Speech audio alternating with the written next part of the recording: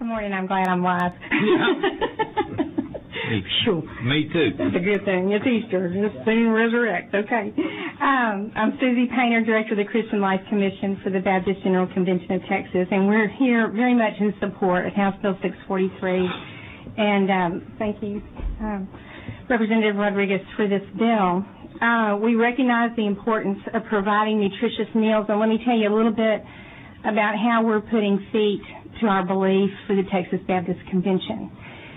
We're a convention of 5,600 churches, and we have made feeding hungry Texans a priority. We feel like it's an example of the gospel ministry of Jesus. It's one of the things he did when he was here on earth. And just as he fed 5,000, our congregations can, as a sign of cooperation with our state to feed hungry children and meet this need in our communities. So we're committed, not just church by church, but as a whole state convention to this, and we're committed to it as a priority. So what does that mean when you try to mobilize churches? It means that we're working with food banks. We have a person full-time with the North Texas Food Bank in a pilot program as a church liaison. We didn't know until we started doing research on this that 80% of the food pantries for most food banks are church food pantries. And so we thought, churches are already doing this. How can they take another step and help school districts provide summer meals in a public-private partnership in the summer? A lot of times where a school district would like to do this, they don't have the capacity to do it in the summertime. And so our churches have been partnering that way. Last summer, as a result of Commissioner Staples' challenge to the mayors of Texas to feed hungry children, our churches took that challenge seriously and got behind the mayors who signed on to that challenge. And in San Angelo, our churches worked together with the summer feeding programs of the school district there to feed more than 22,000 meals. And in Dallas, we had a special group of churches, our Korean Baptist churches, who worked together to feed hungry children in the apartment complexes that were near their communities, being able to speak in their heart language.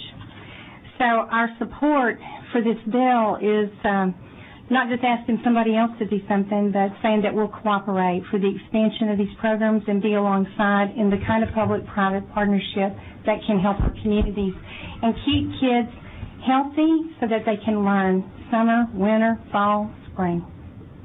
Thank you. Any questions, Ms. Miles? Yeah, I want to thank that good old conservative Texas Baptist Convention for leading in this program. Thank you. Dr. Andrew? Chairman, thank you. Welcome. Really good to see you. Good to see you. I wonder mechanically how the Life Commission can, or any organization can help. In other words, do you see your role as preparing meals or as organizing? The transportation is a big problem. Do the churches, or is there any kind of problem with insurance and things like that as far as insurance taking the children to the school or to wherever the meal preparation area is? Good, excellent questions. All things that we face in local communities. Sometimes the biggest challenge is the churches are primarily a site, or they are a provider of activities at a site where there's some, like if there's already going to be a feeding site at a park or at a school, but there's no activities there, there's nothing really to support that site. A lot of times our churches will come alongside, be there as supporters of the site. What we need is sponsors. We've got a lot of churches that are willing to be sites, to prepare meals, to drive. Honestly, driving children is not something that we've done because of the liability, but rather the other way around, to take meals to where the kids are.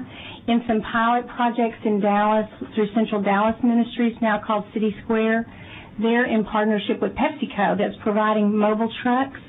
And so those trucks are able to go to the apartment complexes and neighborhoods where children, because the buses don't run this summer, they would have to cross some very dangerous streets to get back to the school. But the school district can be the sponsor and can, coordinate the preparation. They can coordinate a lot of the paperwork, and that helps the Texas Department of Agriculture. They'd rather have a few sponsors than thousands of individual churches trying to be sponsors. And so we work through that tiered system and provide that kind of service. Well, great. I appreciate that. And oftentimes provision of services is more efficient through the private entities than it is through the schools. Schools would have to employ cooks and janitors and somebody to open the building and security and all those things. I wonder, Suzii, with the mechanics currently, the way the program works currently, do the schools take the initiative to contact the churches, or the churches? Which way does that go? And my point is that getting to where the schools opt in or opt out as far as trying to reduce some of the burden on the school.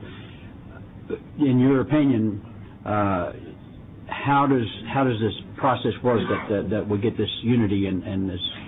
Let me be frank with you that the hardest thing, we have churches lined up willing to be sites. The hardest thing is for us to be contacted by a sponsor or go out and recruit sponsors. So encouraging school districts to be sponsors where they could, through the money that's given, through the reimbursement rates, you can offset some of your costs.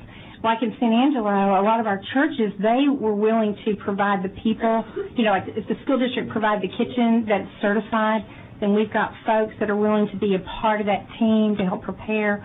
Or in San Antonio, the food bank, came alongside the school district to be the sponsors. So honestly, the encouragement to the school districts to be sponsors so that other partners can join with them to get this done in the community is what we need. That has been our biggest frustration, and because it is a tiered system, you can't serve children, and we don't want to just have anybody serve children without being in a regulated kind of program where you actually are checking people, background checks, and all that sort of thing. So that's very important to have sponsors, and your encouragement to the school districts to be that sponsor. Our commitment is to come alongside them and make it as cheap and effective and fun for the children as possible. Thank you. Appreciate your efforts. Mr. Isaac? Thank you, Mr. Chairman. What's the name of your organization again? Hi, I'm from the Christian Life Commission. It's the Ethics and Public Policy Division of the Baptist General Convention of Texas. That's a mouthful. It is. As they say, the bigger the bureaucracy, the longer the name. All right. Thank you. Thanks. Any other questions, members?